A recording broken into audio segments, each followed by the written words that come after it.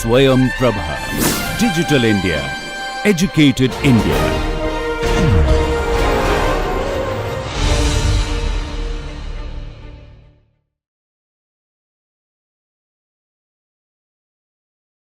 Hello everyone. So, what we are discussing here, the protection from noise pollution and the how textile materials use in controlling the noise. So, that in last session we are discussing the sources of noise, that sources from the road transportation, then air transportation noise we have discussed, propeller and rotorcraft noise, then auxiliary system which generates noise, that we have discussed, then industrial noise, that source different sources we have discussed, okay, like sawmill, foundries, crushing mills and different types of operations which generates large noise, but here the problem is that the workers who are working, they are continuously exposed to this type of noise. Then industrial noise are also different types of, like textile mill, we can use a boiler. Household noise also, although it is not that it is not noticed, but it generates continuous noise, significant noise is there, and particularly where it is a routinely exposed, that may impact the well being, and where particularly densely populated residential area, that this noise are very harmful. You can see that even the social activities also generates noise, like parties, clubs and entertainment venues, they generate noise. After discussing the sources, now let us understand the impact of noise hazard on both human being as well as the different species animals. So, noise pollution affects daily human activities at work, school, home and even during relaxation. So, daily human activities it affect. So, it is now recognized as one of the most widespread environmental hazard, second to the air pollution. First environmental hazard is air pollution, then noise pollution. So, as per the World Health Organization, and this is in terms of its impact on human health. So, that is why noise has to be reduced or from the generation, or if it at all generates, we have to actually prevent it from transmission and reaching towards the human.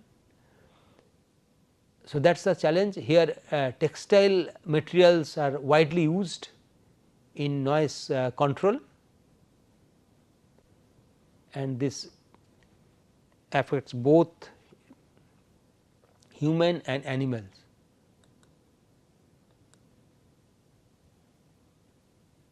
Now, see the noise level, there are different types of noise level and their respective health hazard. So, up to 30 decibel if the noise level is there, then it will be considered as no observed effect level, NOEL. So, NOEL level is that no observed effect level. So, up to 30 decibel there is no significant effect on human health, and up to 30 decibel is recommended for night. Okay. So, no substantial biological impacts are there. This was for general population, but for patient or some places where this could be also noise, but up to 30 decibel it is considered as no observed effect level, NOEL. Next level is 30 to 40 decibel. 30 to 40 decibel. So, it is here it, if it is there particularly at night. So, early sign of sleep disturbance it is observed. Okay. Arousal, awakenings, so it may get sleep disturbance, body movements will be there, sleep self reported sleep dissatisfaction. So, self reported sleep dissatisfaction also results due to little bit high decibel. Even after sleep, people feel okay, it is not I have not slept, that there is no sound sleep. Okay. So, for that we need this decibel of the sound level to be reduced. Like air conditioner at night, if it is creating some sound typically at 35, 38, around 40. So, that will give the sleep disturbance.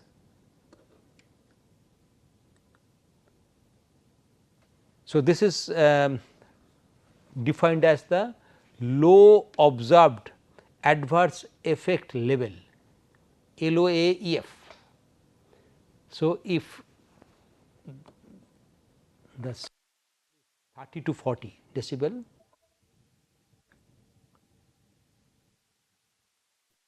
next level is 40 to 55 decibel.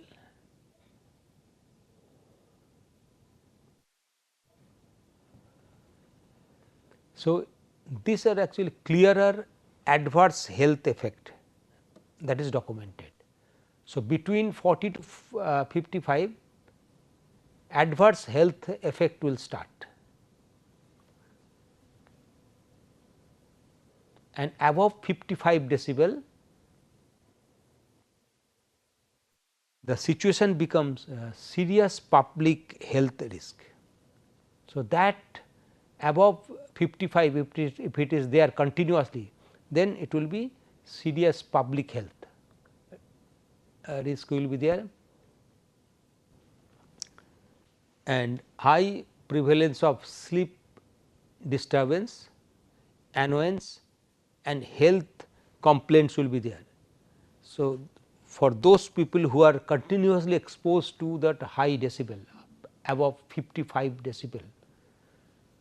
So, these are actually this, if we are always exposed to this type of high level of sound, then there will be different health impact will be there.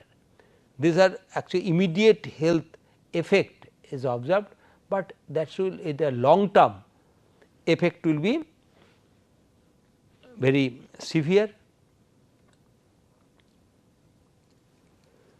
So, that is evidence linked with prolonged exposure to an increased risk of cardiovascular diseases. So, this type of if someone is continuously exposed to this type of high noise level, so risk of cardiovascular disease will be there.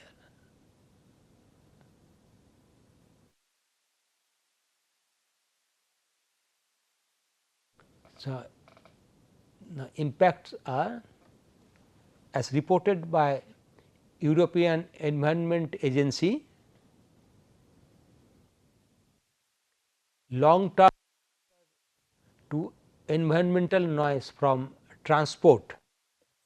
Suppose someone is actually the residence is close to highway, so just adjacent to a highway. So, continuously there will be noise from transport. that actually from the that agency report, European Environment Agency report. So, behavioral change will be there, the people will be annoyed,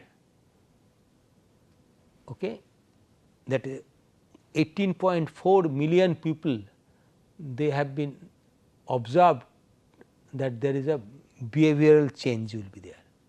They get annoyed if they are continuously exposed to the noise from transport. Sleep disturbance, typically around 5.5 million people, as per that agency, European agency, they observed that 5.5 million people, they are facing the sleep disturbance due to the noise from transport only.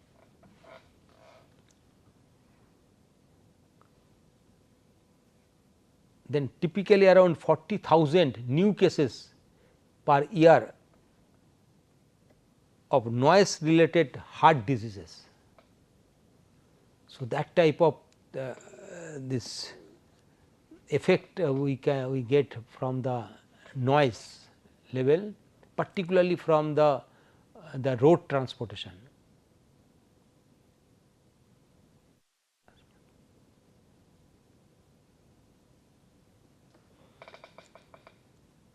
Typically 10,600 premature deaths are there.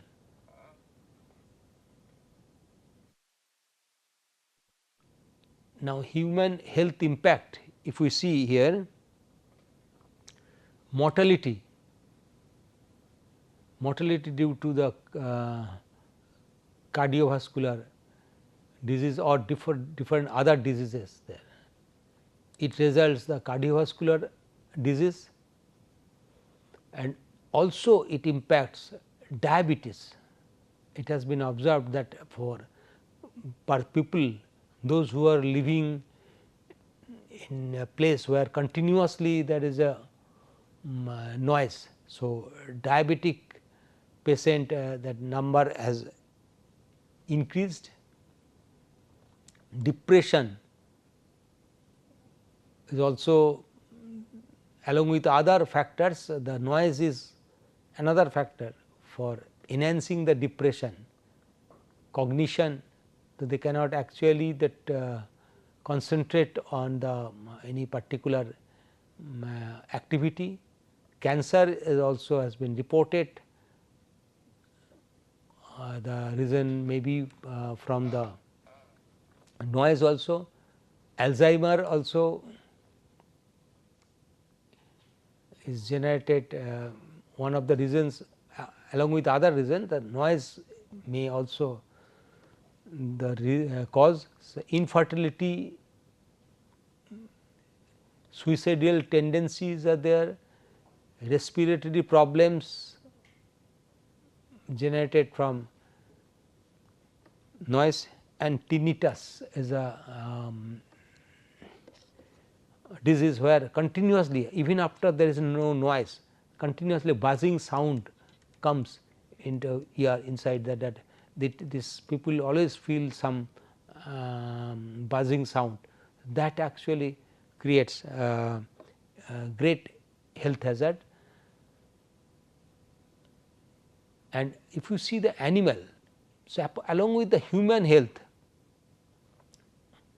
there are different types of human health hazards are there. The animals also get affected.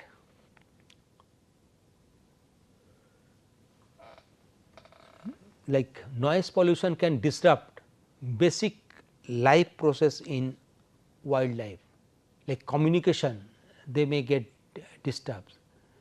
So, high level of noise can disturb their communications, like navigation and reproduction system may be disturbed. That is very important. The animal, they create a different level of noise to actually look for their some other animal of same species, and if there is a noise they cannot communicate themselves and they cannot reach to their required or required destination. So, they will be actually misdirected. So, that also affect the reproduction system if they get misdirected, and effectively this may result extinction of this species. Another is that prey predator detection can be impaired. So, that the predator cannot detect the prey if there is a huge sound noise pollution is there. So, increase risk of injury and death. So,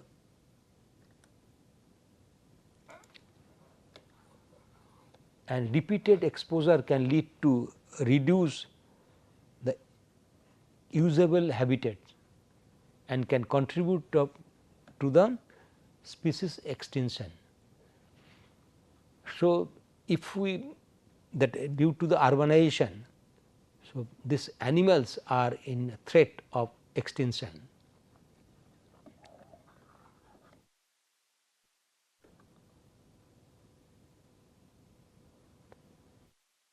Marine life also gets affected basically to a great extent. So, this marine life you can see here.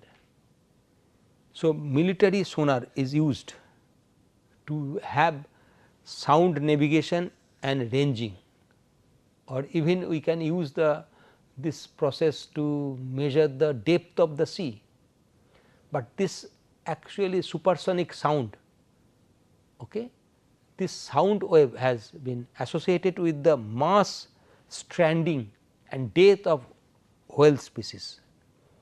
For military operation, we have to use the sound for sound navigation and ranging. So, we have to use the military sonar, but there that will affect the animal present there. So, death of whale species has been reported, and communication disruption. Here also in that basically that whales and any animal that in water, marine animal, marine life, they actually they communicate through the sound wave, but if this type of sound pollution is there, that communication will be disturbed. In noisy environment, that is the species increase their intensity, because if there is a noise, so to overcome that noise, the species in the water, they will increase their intensity, and that is known as Lombard effect. So, they will start making large sound to have actually to overcome this noisy environment. So, and that is in water, even in the this in the land also, they will start shouting. When one species raise its vocal level, other follow the suit. So, one species is actually raising the voice, so other will also increase, creating an ecological imbalance in communication network. So, that actually that creates a great problem in for animal life due to this ecological imbalance.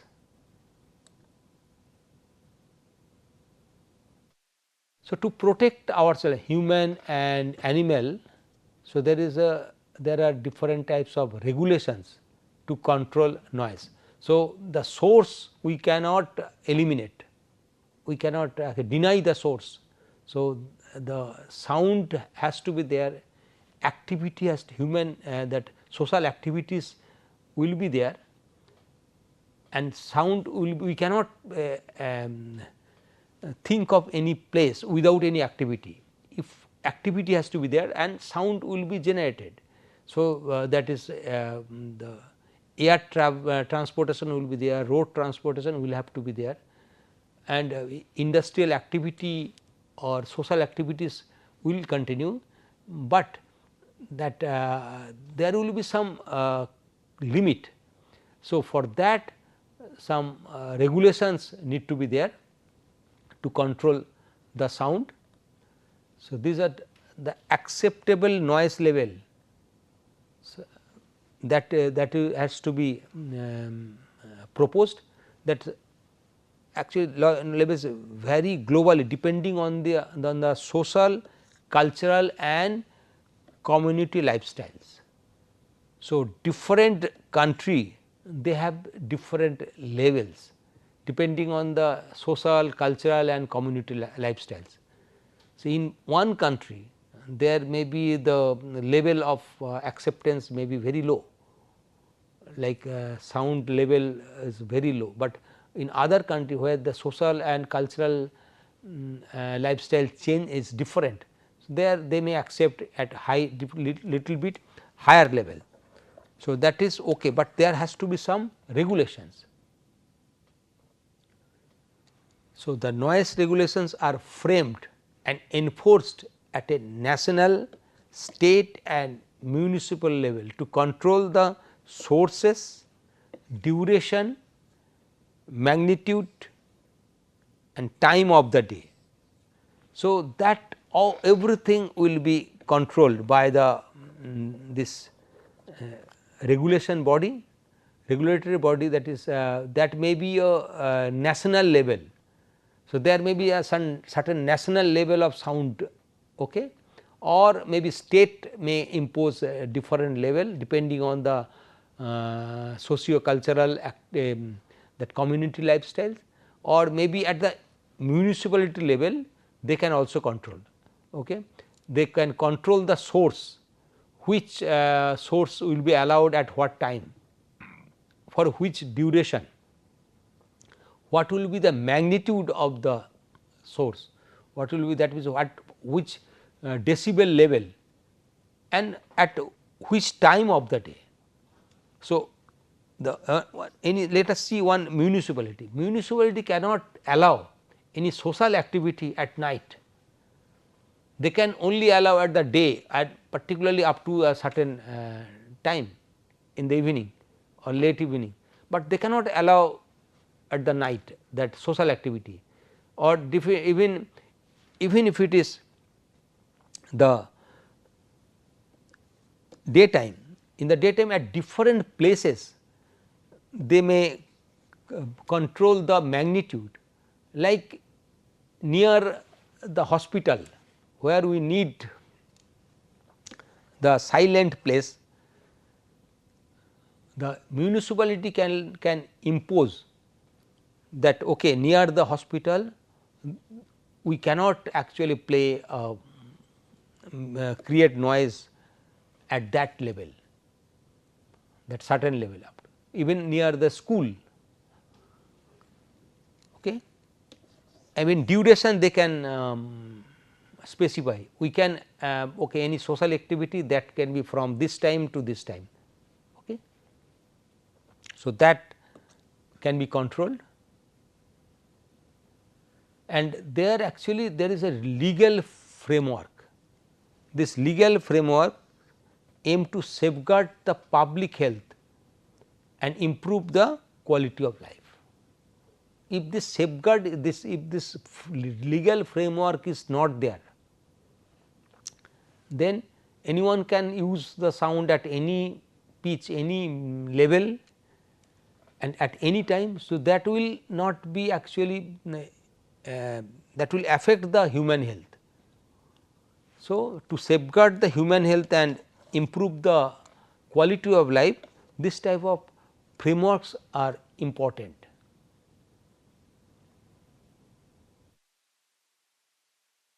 So, there are different legislations. So, key legislations are National Environmental Policy Act NEPA in 1969 in US. They have certain legislations. Noise pollution regulation and control, this is actually under the Central Pollution Control Board, that is rule 2000 in India. Many countries they have their own level. So, most cities restrict extensive noise, actually excessive noise in residential area. So, this actually this control body, they restrict the excessive noise in residential area between 9 p.m. to 7 a.m. In the laws and their regulation, they specify, most of them they try to control the sound level between 9 p.m. to 7 a.m., but it varies from different regulation authorities and for different countries, and daytime limits allow slightly higher threshold. So, at night from between 9 p.m. to 7 a.m. the noise level is restricted, particularly in residential area, but in daytime it can be little bit relaxed.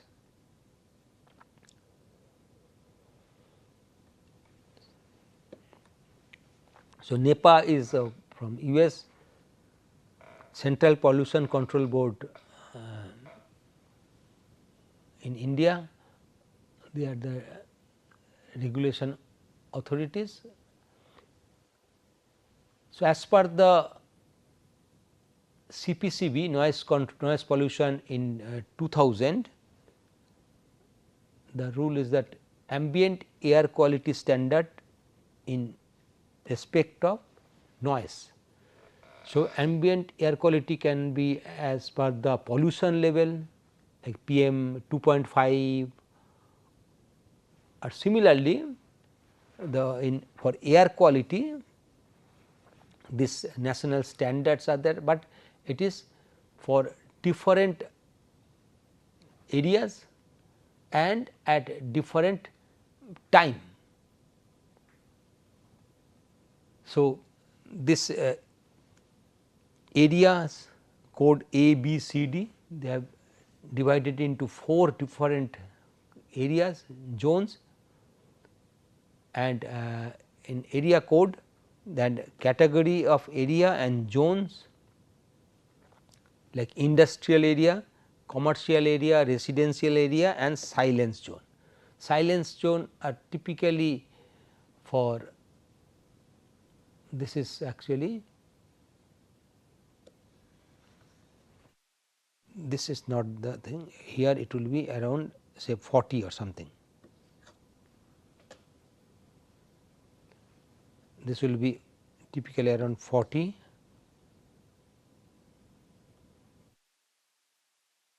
or less than 40, less than 40. Here equivalent limit in decibel L equivalent. L equivalent is at equivalent continuous sound level. So, that is it is actually it is measured as an average level of fluctuating noise source over specified period measured in decibel. So, that is in a particular time within this say 6 am to say 10 pm in the daytime 10 pm. So, noise level may vary at different, but the average equivalent decibel is reported here, okay. and that fluctuation may not be very high within a certain range.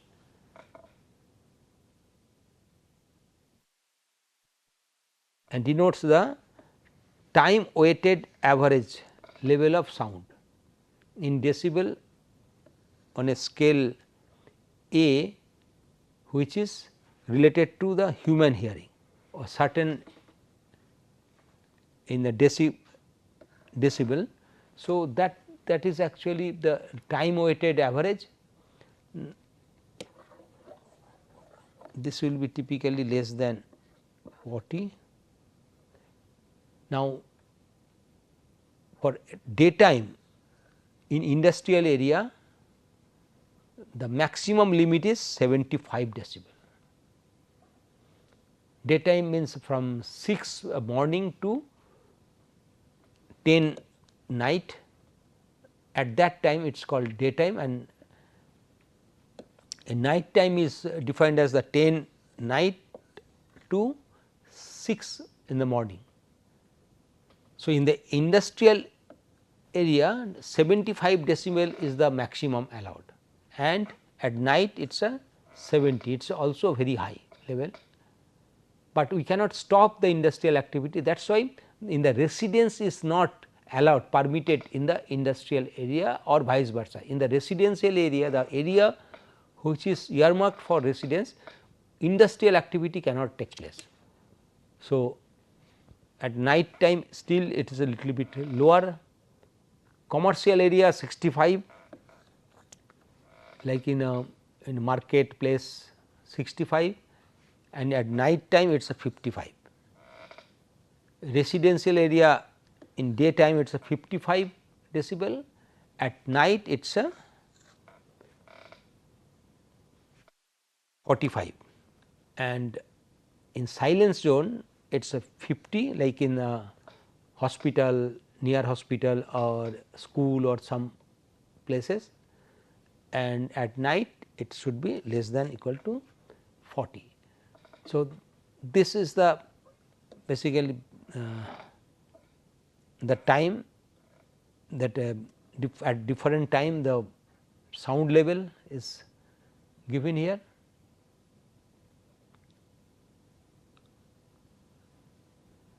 So, noise pollution and other rules are there, those are the guidelines. Now, here the rule says that the noise level at the boundary of the public place. So, if it is coming at the boundary, so what will happen? Like if it is sub 75 is the in the industrial area, or in the residential area say 55 is given, someone is crossing say 56, what will happen? So, for that the rules are there. So, in boundary case, so at boundary of the public place where the loudspeakers or public address systems or any other noise sources are being used. So, if it is not in normal activity, but in public places we use some loudspeaker to communicate something, okay, or public address system to actually give information, okay, or any other noise sources are there, that actually will shall not exceed 10 decibel above the ambient condition, that is standard value, okay, or 75 whichever is lower. Like let us give example, like in residential area this is 50 decibel, we can go up to 65 decibel, okay. In case of commercial place 60, we can go maximum up to 75, but in industrial area we cannot go 85, because either it should be 75 decibel maximum or 65 10 decibel more than the than the specified one. So, in industrial area normally the loudspeakers are not used frequently, but in commercial area this will come under 65 plus 10, it will be 75. So, that commercial area one can use. In residential area also someone can use the loudspeaker, but with a limit. So, it should not be more than 75 decibel at any places, or it should not exceed 10 decibel above the normal specified condition. These are the other special rule, particularly for loudspeaker, public address system or any other noise source, like someone is playing music.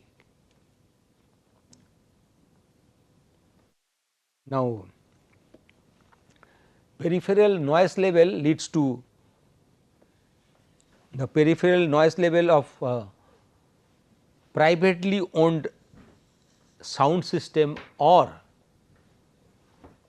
a sound producing instrument shall not at the boundary of peripheral level exceed 5 decibel. So, for public loudspeaker, okay, at public place, public address system, that is allowed up to 10 decibel, but for privately used that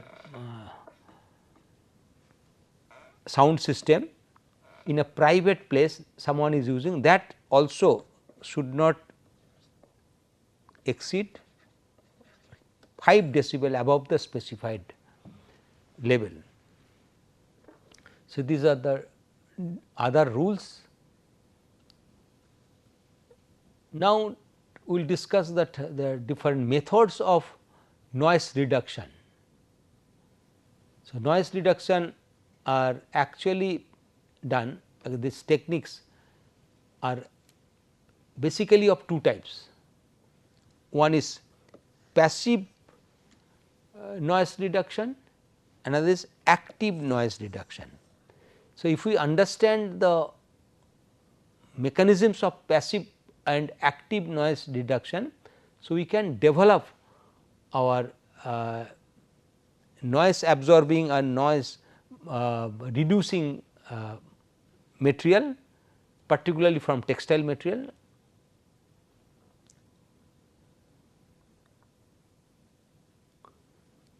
So, both the methods they aim to limit the unwanted sound, but they operate at different principles. So, active and passive, their idea is to restrict the limit the unwanted sound, but their mechanisms are different.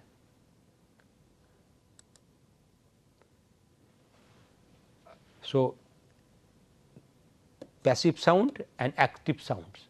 So, they are totally different, mechanisms are different. Let us try to understand their mechanisms. One is passive noise control. So, passive noise control is actually done, but it works by converting the sound energy to heat energy. So, first the sound energy by vibration, the sound energy is created, and that sound energy they convert into a heat energy, and that will actually will reduce the sound transmission. So, sound whatever sound energy, it is actually preventing the sound energy, and it is converting the sound energy to a heat energy. Okay, then that sound energy is lost, and this is typically done through the porous and fibrous medium. So, for fibrous medium, this is the one major way, major principle mechanisms of controlling the sound pollution, that is called passive noise control.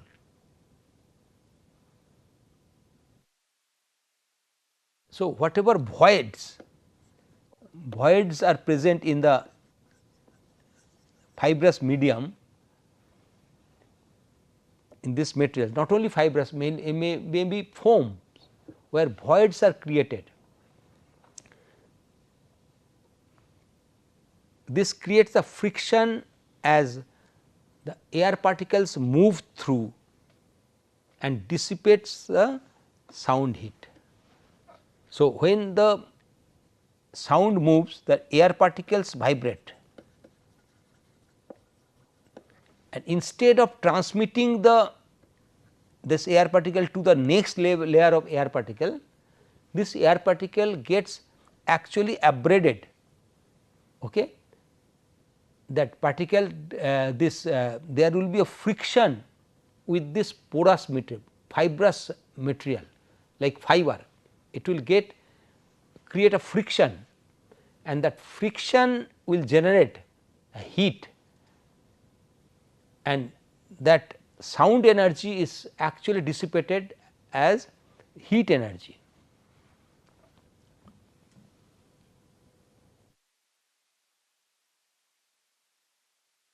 This loss in sound, this includes momentum loss. Now, here you can see the sound is actually entering here, this is the sound inlet, and it is coming at certain motion, but due to the porous area, the air particles are vibrating at certain velocity, it is vibrating certain frequency, but as soon as it is entering inside the void, that will lose its momentum. So, vibration will reduce, level of vibration. So, here this is shown by this portion, it is a momentum loss is taking place when as soon as it is present entering into the void. After momentum loss, then inertial loss, because they will actually go against this, there will be a friction against the surface of the fiber or surface of the pore. The particles will get friction, and that will reduce the inertial loss, that velocity or vibration energy will be lost. So, that is called inertial loss, though it will lose its inertia, the particles, and during the friction that inertia is lost, there will be a frictional loss also is there. Like any fluid, like air, if it is there, air particle, and this the fibrous materials are solid.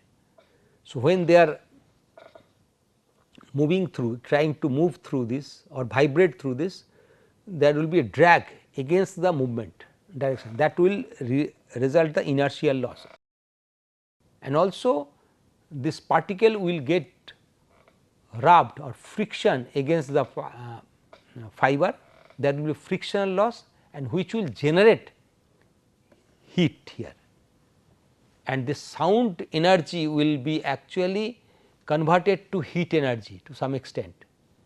So, that will actually lose its intensity, and that is how the sound get absorbed in the porous media like the fibrous mass.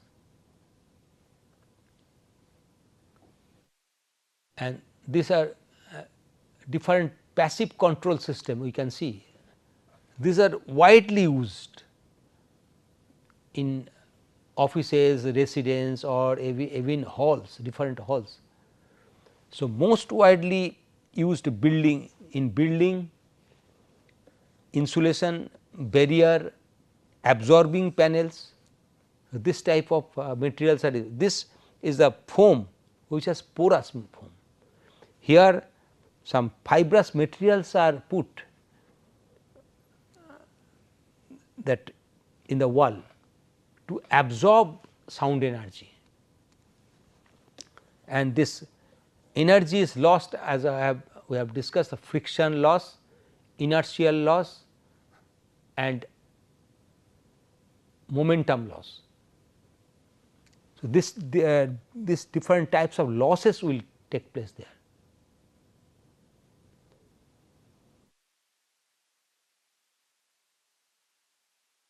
Best suited for high frequency sound. That means, the passive noise is best suited for high frequency sound with a low wavelength, where wavelengths are short and easily absorbed by the porous medium. So, high frequency noise are easily absorbed by the porous medium. So, in most of the places at room or even many places, the high frequency sounds are generated, and these sounds are absorbed by the porous medium, where textile materials are used.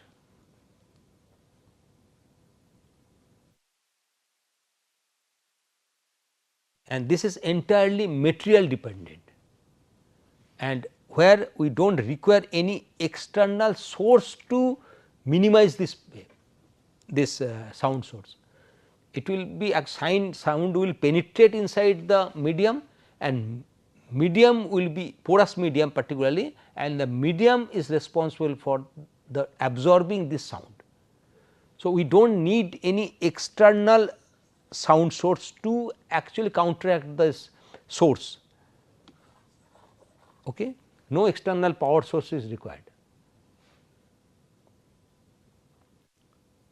But active noise control, there we need power control, external power, and passive we see, we have discussed, it is a high frequency sound, it is there, and this type of porous media is not capable for low frequency sound or long wavelength. For that we need active sound control, active noise control is there. What is that? You can see it relies on external power source, and here the principle of destructive interference is there, that is very important here. The noise source is here, and we generate another noise source which is called anti noise of the same wavelength, okay, anti noise, and where with a different pitch, different, and that if when they mix together, superimpose, they will get the noise with a very low level, and noise is actually cancelled out, destructive interference. So, a secondary sound wave is created with the same amplitude, but opposite phase, phase will be different, it is called antiphase. Okay. Like this is a sound and another sound is created which is a antiphase. Okay. Now, here it is there.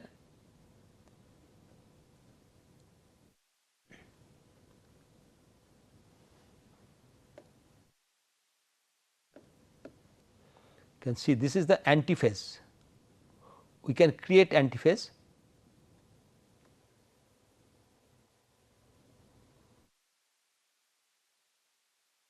like this, and if they overlap, they will create a resultant noise. So, using a digital signal processing and programmed algorithm that create direct the wavelength and properties of the incoming noise. So, that detect it the property first. Okay. First there will be a digital signal processing unit which will detect the wavelength of this noise. Okay, incoming, this is the incoming noise which is shown in the red color. This will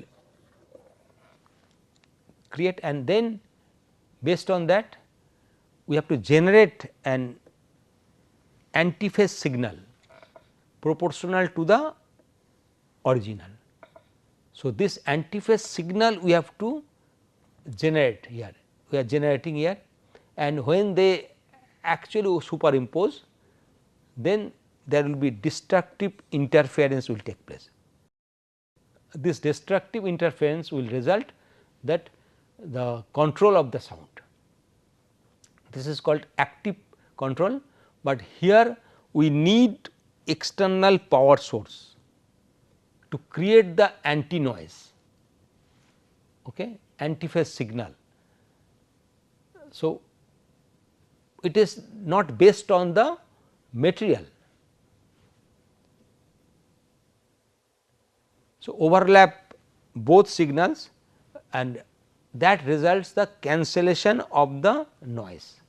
This is called noise cancellation, and passive was the noise absorption or transmission whatever, but here it is a noise cancellation process.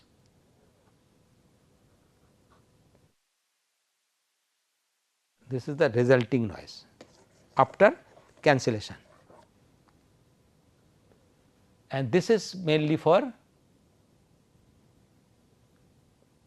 here it requires an external power source to operate.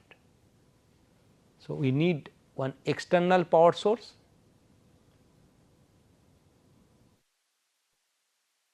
and it is effective for only low frequency, most effective for low frequency noise, whereas passive one was actually this is for high frequency, and in low frequency level sound we actually the passive methods are less efficient. So, where we have sound with a low frequency, very low frequency, there this type of that passive textile material is not that effective. For that we used to have the active noise control. The key differences are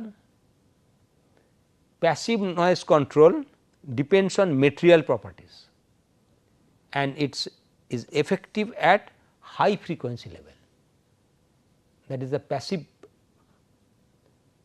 process, and active control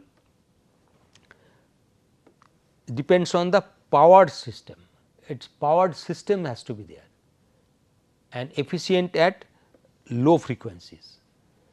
So, these are the basic key differences, and our basic area of discussion will be to control the noise by passive control using the material. Some material will be, and particularly textile materials we will be using here.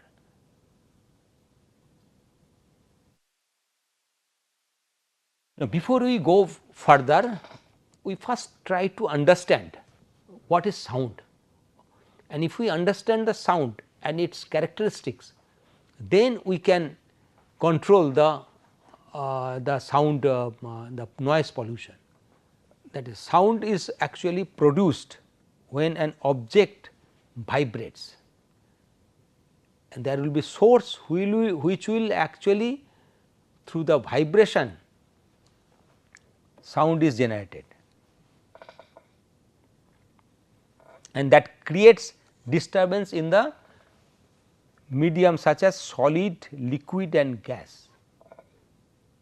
So, there is a source where we need to vibrate the source, and after vibration, suppose it is vibrating and there is air is a medium, the particles will get vibration and it will disturb the medium. It creates disturbance in the particle of the medium. The solid will get disturbed, okay. Even in the liquid also.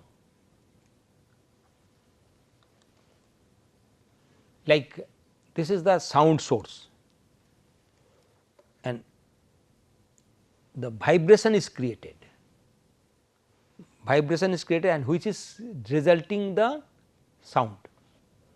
So, object is vibrated and it creates disturbance in this zone, which is a medium. Medium here is a gas medium, and that is created here, and created means here the air particles get compressed and relaxed, okay. So, compressed reverberate is there. So, these disturbances travel through the medium as waves. There will be compression zone and then relaxation zone. So, travels through the medium as a wave, but the particles of the medium themselves only oscillate around their mean position, and rather than moving the forward into the wave. So, that is important that we know all this principle, still to refresh it and to go further we must understand the basic principle. Here the due to this vibration created by this object, the particles here will move like within this mean position, it will start vibrating and then it will transfer this vibration to the next level. So, this will not particle will not move, but the wave which is generated this disturbance which is generated, it will pass through this. That is the principle of the sound wave transmission.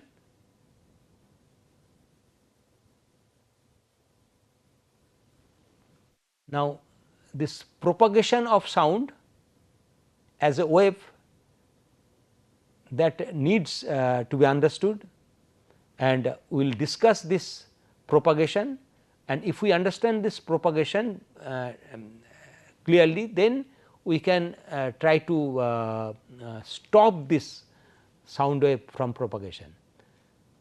So, that we will discuss in the next session. Till then, thank you.